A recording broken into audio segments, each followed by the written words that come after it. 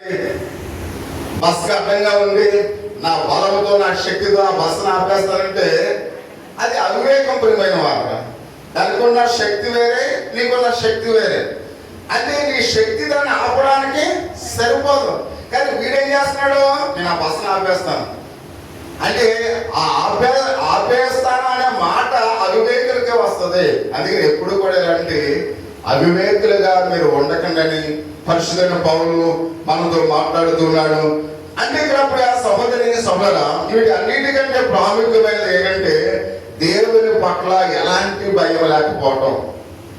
అవివేకులకి ఏముండదంట, దేవుని పట్ల అసలు ఏ భయం కూడా ఉండదు. అంటే ఇలాంటి అవివేకులు దేవుడు అంటే అసలు ఏ మాత్రం కూడా భయము భక్తి లేని వారుగా ఉంటారు. అది మరీ ఘోరం ప్రియమైన మాట. అవివేకంలో అది చివరి యొక్క అంటే వాడి జీవితం నాశనానికి ఇంకా చివరి మెట్టు. అంటే అవివేకంగా ఉన్నవాడు దేవుడు అంటే భయం ఉండదు. ఇది మానవుని యొక్క జీవితంలో చాలా ఘోరమైన ప్రమాదకరమైనది. అంటే ప్రతి ఒక్కరము కూడా దేవునికి లోబడాలి, దేవునికి భయపడాలి, దేవుని గౌరవించాలి. అంటే దేవుని భయం లేకపోతే మన జీవితం అక్కడతో ఇంకా అది పులిస్టార్ అయిపోతుంది ప్రియా సహోదరి సహోదరుడా.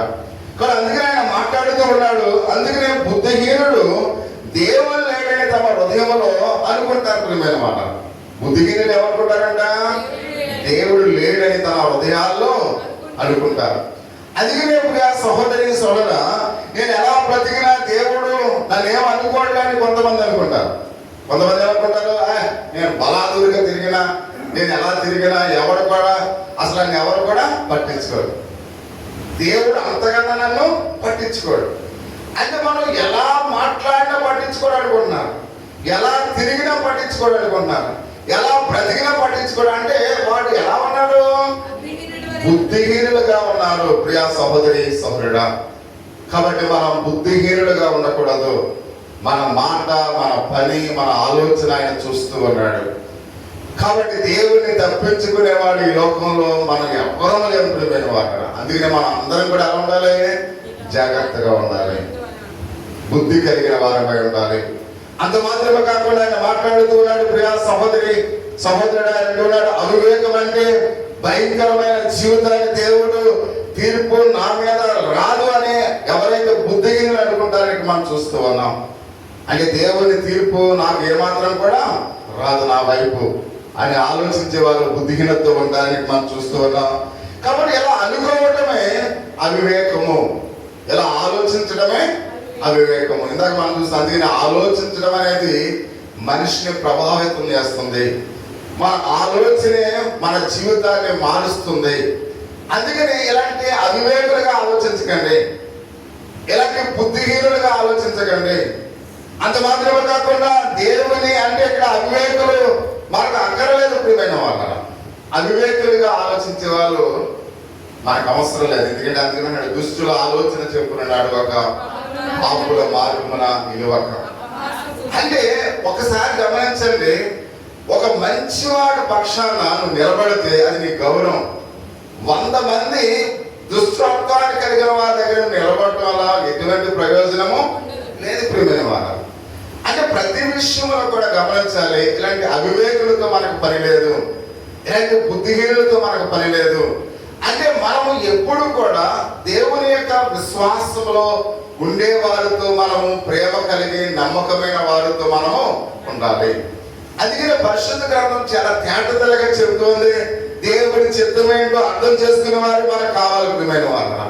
మన యొక్క స్నేహితులు ఎవరు కావాలి మనకి, దేవుని చిత్తాన్ని అర్థం చేసుకునేవారు, దేవుని ఆలోచనను గ్రహించేవారు మనతో ఉండాలి. అంతేగాని మన పక్కన 100 మంది ఒకవేళ బుద్ధిహీనులు ఉన్నట్లయితే వాళ్ళ వల్ల మనకి ఏమైనా ప్రయోజనం ఉందా, ప్రయోజనం లేదు. మన పక్కన ఒక్కడు దేవుని చిత్తాన్ని ఎరిగిన వాడు అంటే చాలు ప్రియమైన వారు. అది ప్రతి విషయంలో కూడా మనం చాలా జాగ్రత్తగా ఉండాలి అని పరిశుద్ధుడైన పౌలు ఈ ఉదయకాల సమయంలో మనం చూస్తున్నాం. అందుకనే దేవుడు ఏం కావాలనుకున్నాడో అది దేవుని చిత్తము ప్రియా సహోదరి సహోదరుడా. దేవుని చిత్తం ఏంటి, ఆయన మనల్ని ఎలా బ్రతకమంటున్నాడో అలాగూ మనం బ్రతికితే అది ఆయన చిత్తం. మనకిష్టమైన బ్రతుకు ఆయనకి ఇష్టం ఉండదు ప్రేమైన వాళ్ళ. ఎందుకంటే మనకిష్టమైన బ్రతుకు మనకి ఎలా ఉంటది? లేచిన తర్వాత ఎవరో ఒకరిని మోసం చేయాలి, ఎవరో ఒకరిని ఏదో అనాలి, ఎవరో ఒకరిని అవమానించాలి అని మన ఇష్టం వేరే, దేవుని ఇష్టం వేరే. దేవుని ఇష్టం ఏంటి? మనం అందరికి మంచిగా ఉండాలి, అందరితో సరదాగా మాట్లాడాలి, అందరికి ఎవరికి హాని చేయకూడదు, అందరితో కలిసిమెలిసి ఉండాలి, అందరితో గౌరవంగా ఉండాలి, అందరితో ప్రేమ కలిగి ఉండాలి. అంటే ఇది దేవుని చిత్తం. కానీ మన చిత్తం ఏంటి అంటే ఇక్కడ ఎల్లప్పుడూ కూడా చెడు ఆలోచనలు, చెడు తలంపులు కలిగి ఉంటాయి. అందుకని దేవుడు ఎలా బ్రతకమంటాడో అలాంటి బ్రతుకే దేవునికి ఇష్టము. అందుకని ఈ ఉదయకాల సమయంలో మనం ఎలా బ్రతకాలి? ఆయన చిత్త ప్రకారంగా మనము బ్రతకాలి. ఆయన ఎలా జీవించమంటున్నాడో అలాగూ జీవించాలి. ఆయన ఎలా ఆశ కలిగి ఉన్నాడో మన పట్ల ఆ ఆశకు తగినట్లుగా మనం ఉండాలి. అంత మాత్రమే కాకుండా ఇంకొక మాట ఆయన సెలవిస్తున్నాడు.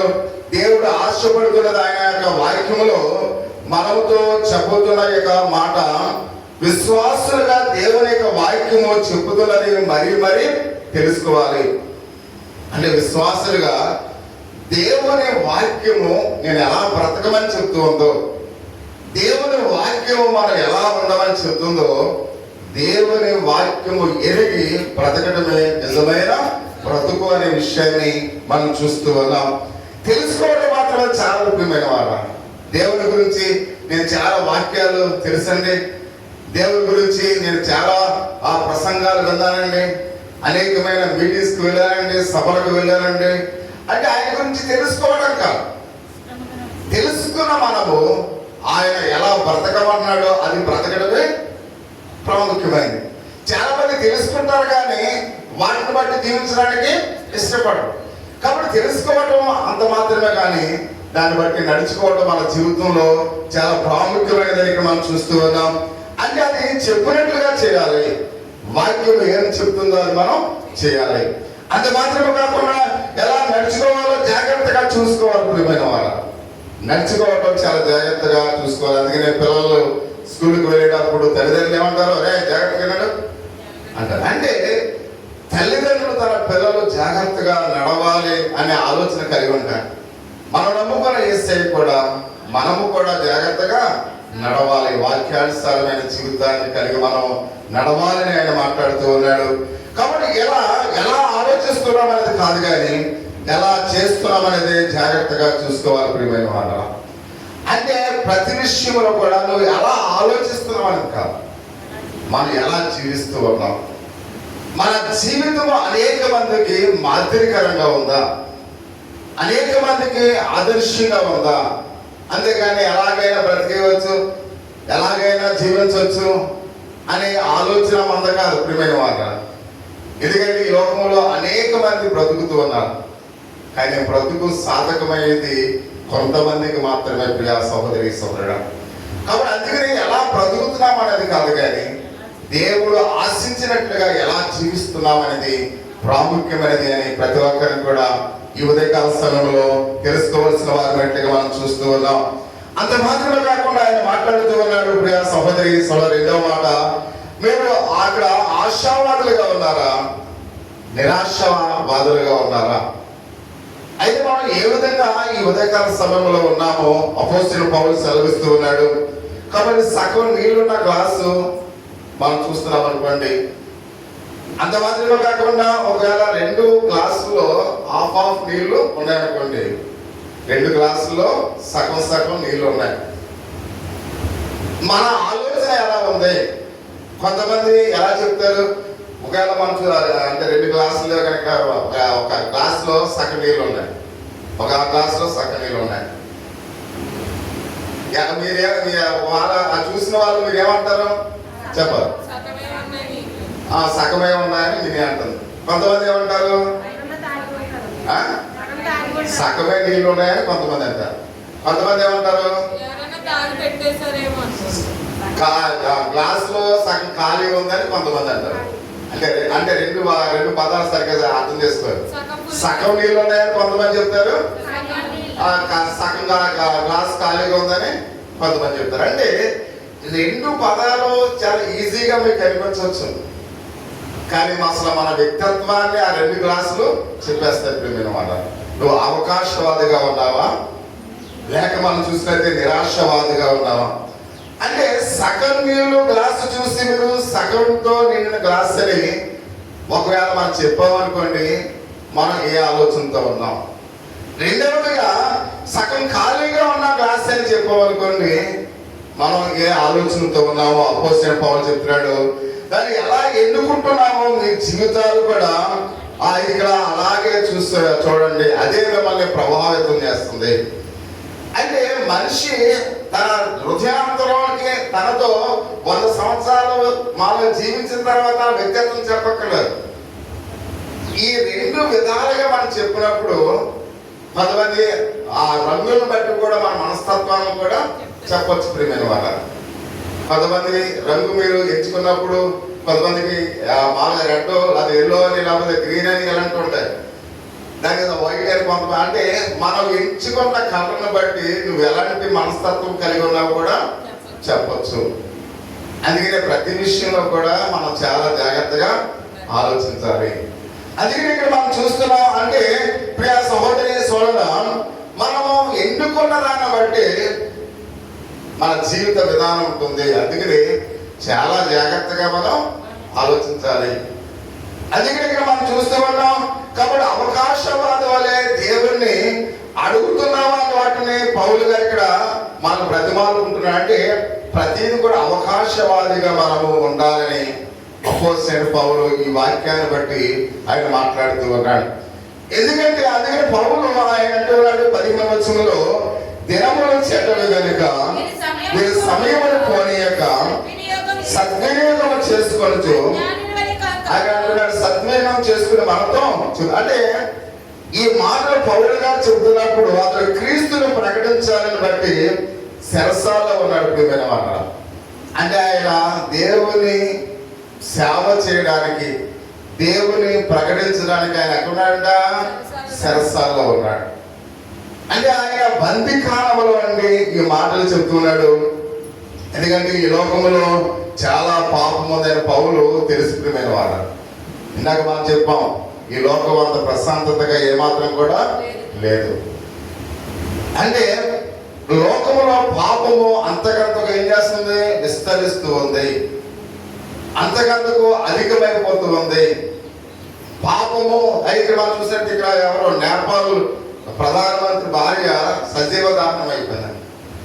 అంటే ఇక్కడ అంటే గడుస్తున్నారు, ఇక్కడ గడుస్తున్న యొక్క దినాలు చూస్తుంటే, రోజులు చూస్తుంటే పేదవాడికే కాదు, ధనవంతులకే కాదు, మహామహా చక్రవర్తులకు కూడా శాంతి సమాధానం లేకుండా ఉన్నారు. అంటే ఎందుకు ఈ శాంతి సమాధానం ఉంటుందంటే పాపము విస్తరిస్తుంది ప్రియా సహోదరి సహోదరుడా. అందుకనే అపోస్తలుడైన పౌలు కాబట్టి దాని యొక్క ఈ లోకంలో చాలా పాపం ఉందని పౌలు కూడా దానికి బాధ్యుడిగా ఉన్నాడు ప్రియా సహోదరి సహోదరుడా. అంటే పౌలు గారు ఏమీ మినహాయింపు లేదు. ఎందుకంటే పౌలు జీవితంలో కూడా ఎన్నో అకృత్యాలు చేశాడు. సౌలుగా ఉన్నప్పుడు ఎంతో మందిని చంపివేశాడు, ఎంతో మందిని ఆ మాలుగా అనేకమైన హింసలు పెట్టాడు ప్రియా సహోదరి సహోదరుడు. అందుకనే పాపము విస్తరించిందని చెప్పడానికి పౌలు కూడా తన వంతు బాధ్యతలుగా ఉన్నాడు. మన జీవితాల్లో పాపం ఎక్కువైందని మనం చెప్పడమే కాదు, ఆ పాపం ఎక్కువలో కూడా మనం కూడా ఉన్నాం. మీకు అర్థమవుతుందా? అంటే పాపం విస్తరించే దాంట్లో మనం ఏమనుకుంటాం? పాపం విస్తరిస్తుంది అనుకుంటున్నాం, కానీ అందులో మనం ఏమనుకుంటున్నాం? కానీ పాపం విస్తరించే దానిలో మన పాత్ర కూడా ఉంది. మనం కూడా పాపంగా ఉన్నాం. మనం కూడా అనేకమైన పాప సంబంధమైన ఉద్దేశాలతో, తలంపులతో, ఆలోచనలతో మనం కూడా ఆ పాపం విస్తరింపడానికి మనం కూడా బాధ్యులమే ప్రియమైన వాళ్ళ. అందుకని అపోస్తలుడైన పౌలు కూడా దానికి బాధ్యులు కనుక ఈ రోజు యొక్క ప్రజల్లో కూడా అలాగే ఉన్నారు ప్రియా సహోదరి సహోదరుడా. అంటే పాపం విస్తరించడానికి మనం కూడా కారణమే. అంతేగాని ఎవరో తప్పు చేస్తారు, ఎవరో పాపం చేస్తారని ఎవరో అని చెప్తాం, కానీ మనము కూడా దాంట్లో బాధ్యులమని మనం చెప్పడానికి ఇష్టపడతామా? ఇష్టపడము. అందుకనే నేటి యొక్క ప్రజలు కూడా ఇలాగనే ఉన్నారు. ఈ రోజు అలాగనే ఉన్నారంటే ఆ రోజుల్లో ఎలా ఉన్నారు, ఈ రోజులో కూడా అలాగనే ఉన్నారు, ఏమాత్రం కూడా వ్యత్యాసం లేదు. ప్రజల్లో ధనము అభివృద్ధిలో ఉన్నారు, చాలా మంది కరువు లేకుండా 3 పూట్ల ఆహారం తింటూ ఉన్నారు. అంటే మన పేదరికంలో మార్పు వచ్చింది, కానీ దేంట్లో మార్పు రాలేదు, పాపంలో మార్పు రాలేదు. అంటే అప్పుడు ఎలా పాపులుగా ఉన్నారో ఇప్పుడు కూడా అలాగే ఉన్నారు. అంటే పాప స్వభావానికి, పాప ఆలోచనలకి, పాప తలంపులకి అప్పుడు ఎలా ఉందో ఇప్పుడు అలా ఉంది. అంటే పాపంలో మార్పు లేదు, కానీ మనిషి జీవితంలో ఎదుగుదలలో ఏముంది, మార్పు వచ్చింది ప్రియ సహోదరి సహోదరుడా.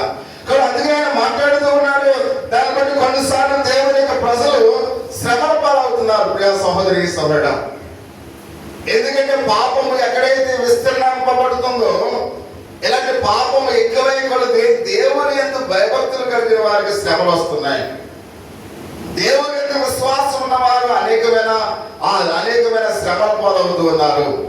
ఎందుకంటే ఈ పాపం ఎక్కువవుతుంది, ప్రజలు అభివృద్ధి పెరుగుతుంది, క్రైస్తవ విశ్వాసుల మీద అనేకమైన అభివృద్ధ్యాలు జరుగుతూ ఉన్నాయి. అందుకే మనం చూస్తూ ఉన్నాం దేవుని యొక్క వాక్య భాగంలో ఆయన గురించి పౌలు ప్రతి చోటు కూడా, ప్రతిరోజు కూడా ఒక అవకాశంగా ఆయన వాడుకున్నట్లుగా మనం చూస్తున్నాం. అందుకని ఫిలిప్పీయులకు రాసిన పత్రిక 4వ అధ్యాయము 22వ వచనంలో పౌలు గారు, నాతో కూడా ఉన్న సహోదరులందరూ మీకు వందనములు చెప్పుచున్నారు, పరిశుద్ధులను ముఖ్యముగా కైసరు ఇంటి వారిలో ఉన్న పరిశుద్ధులను మీకు వందనములు చెప్పుచున్నారని ఆయన రాస్తున్నారు. అంటే ఈ మాటలు బట్టి పౌలు ఆలోచన ఒకసారి గమనించండి. ఒకసారి నా మాట మీకు అర్థమవుతుంది. అంటే ప్రస్తుత దినాలు ఎలా ఉన్నాయి, చాలా శ్రమలు ఉన్నాయి, చాలా కష్టాలు ఉన్నాయి, చాలా ఇబ్బందులు ఉన్నాయి. అనేక మంది సువార్థికులు, అనేక మంది దేవుని యొక్క సేవకులు చెప్పబడుతూ ఉన్నారు, చనిపోతూ ఉన్నారు. అంటే దీన్ని బట్టి మనకి ఏమర్థమవుతుందంటే, రేపు ఏమి సంభవించినా మనకి తెలియదు, రేపు ఉంటామో ఉండమో మనకి తెలియదు. పౌలు గారి పరిస్థితి కూడా అదే, రేపు ఉంటాడో ఉండడానికి తెలియదు. అంటే ఇప్పుడు ఎలాంటి శిక్షలు ఉన్నాయో అప్పుడు కూడా అలాంటి శిక్షలు ఉన్నాయి. అందుకని ప్రతి అవకాశాన్ని ఆయన చేస్తున్నాడు, ఉపయోగించుకుంటున్నాడు. మీకు అర్థమవుతుందా? అంటే ప్రతి అవకాశాన్ని కూడా ఆయన ఉపయోగించుకుంటున్నాడు. కాబట్టి నేను రేపు ఉంటానో ఉండనో నాకు తెలియదు కనుక ఈ అవకాశాన్ని నేను దేవుని యొక్క సువార్తను ప్రకటించాలి. నాకు ఎంత సమయం దొరికితే అంత సమయం కూడా దేవుని కొరకు నేను ఉపయోగించుకోవాలి. చూడ, అసలు ఎంత గొప్ప జ్ఞానం ఒకసారి గమనించాను. పౌలు గారు ఎంత అంటే తన కోసం తాను బ్రతకడం లేదు, క్రీస్తు కొరకు బ్రతుకుతూ ఉన్నాడు. అందుకని ఇక్కడ అంటూ ఉన్నాడు, అందుకనే ఒక రాజు గృహంలోనికి వెళ్ళి కైసరుకు కూడా సువార్తను ప్రకటించాడు. అంటే కైసరు అంటే ఎవరతడు? ఒక అధికారి, దేవుని మాట చెప్తే చంపేసేవాడు. అటువంటి కైసరు యొక్క కుటుంబానికి కూడా నేను వందనాలు చెబుతున్నాను. ఆ ఇంట్లో కైసరు కుటుంబంలో ఉన్న పరిశుద్ధులకు అన్నాడు ఆయన. అంటే కైసరు కుటుంబం కూడా దేవుని సువార్త విని, దేవుని అంగీకరించి, దేవుని విశ్వాసంలోకి వచ్చింది కనుక కైసరు కుటుంబాన్ని కూడా ఆయన ఏం చెప్తాడు? వందనములు. అంటే ప్రియ సహోదరి సహోదరుడా, ఇక్కడ మనం చూస్తూ ఉన్నాం పరిశుద్ధులందరూ అంటాడు, సహోదరులు మీకు వందనములు చెప్పుచున్నాను, పరిశుద్ధులందరూ ముఖ్యముగా కైసరి ఇంటిలో వారిలో ఉన్న పరిశుద్ధులకు మీకులు వందనములు అని. అంటే ఈ మాటలు బట్టి పౌలు గారు రాజుగారి ఇంట్లో ఉన్న వారికి కూడా ఏం ప్రకటించాడైనా? సువార్తను ప్రకటించాడు. కాబట్టి నువ్వు ఎవరికి సువార్తను ప్రకటిస్తూ ఉన్నావు? ఎంతమందికి దేవుని యొక్క విశ్వాసంలోనికి మీరు నడిపిస్తూ ఉన్నారు? ఒకవేళ అవమానాలు ఎదురవుతాయేమో అని, వాళ్ళు మనం తిడతారేమో అని, కొడతారేమో అని, అవమానిస్తారేమో అని దేవుని గురించి ప్రకటించడం మనం మానేస్తున్నాం. ఒకవేళ ఆ అవకాశం దేవుడు నీకు ఇచ్చాడు, దేవుడు నాకు ఇచ్చాడు, ఒకవేళ రేపు నేను లేకపోతే అనే ఆలోచన మనకుందా? లేదు. ఎలాగైనా బ్రతికేస్తాను, ఎలాగైనా జీవేస్తా, 100 సంవత్సరాలు గ్యారంటీ అనుకుంటున్నాం. మనం ఏమనుకుంటున్నాం? 100 సంవత్సరాలు గ్యారంటీ అనుకుంటున్నాం. కానీ మరణం అనేది అది ఎప్పుడు వస్తుందో ఎవరికి తెలియదు ప్రియమైన వాళ్ళు. అందుకని మనం ఎలా బ్రతకాలి? ఇదే రోజు ఆఖరి రోజు నా జీవితంలో అంటే దేవుడు ఎప్పుడు నన్ను పిలుస్తాడో తెలియదు కనుక ఇది నా చివరి రోజుగా ఉండి, అది మార్టిన్ లూథర్ గారు వాక్యాన్ని బోధించినప్పుడు అనుకుంటాడట, ఇది నా చివరి ప్రసంగం. ఇది నా చివరి ప్రసంగం అంటే ఆ ప్రసంగానికి అతను ఎలా సిద్ధపాటు కలిగి ఉంటాడు? చాలా జాగ్రత్తగా సిద్ధపాటు కలిగి ఉంటాడు. ఒకవేళ మీరు ఇదే మీ కూర ఉండటం చివరి అనుకోండి, మీరు ఎలా వండుతారా కూర? చాలా అద్భుతంగా వండుతారు. కానీ మీరేం చేస్తారో, ఈ కూర ఎలాగ వండినా పర్వాలేదు, సాయంకాలం బాగా వండుకుందామని అని ఆలోచన మీలోకి వచ్చింది అనుకోండి, ఆ కూర బాగుంటుందా? అంటే మీరు వంట చేసేటప్పుడు ఏమనుకోవాలి? ఇదే నా చివరి వంట అనుకుంటే ఆ వంట ఎంతో అద్భుతంగా చేస్తారు. ఒక పని చేసినప్పుడు కూడా ఇదే నా చివరి పనేమో అది మనం అనుకోవాలి. ఇదే నా చివరి ప్రసంగమేమో అంటే ప్రతిదీ కూడా మనం అంత విలువైనదిగా అప్పుడు మనం చూస్తాం. అందుకని అపోస్తలుడైన పౌలు శ్రమలు, కష్టాలు, ఇరుకులు, ఇబ్బందుల్లో అనేక మంది చనిపోతూ ఉన్నారు. కాబట్టి దేవుడు నాకు ఈ అవకాశం, ఈ రోజు నన్ను సజీవుడిగా ఉంచాడు కనుక, ఈ సమయంలో మాట్లాడగల శక్తి నాకు ఇచ్చాడు కనుక, ఇప్పుడే నేను ఎవరికొకరికి దేవుని గురించి చెప్పాలి. ఒకవేళ చెప్పకపోతే, నేను మరణిస్తే దేవునికి లెక్క అప్పచెప్పాలి. కానీ అందుకనే ఇప్పుడు ఆ సహోదరి సహోదరుడా, అది అందుకనే అపోస్తలుడైన పౌలు దేవుని యొక్క వాక్య భాగంలో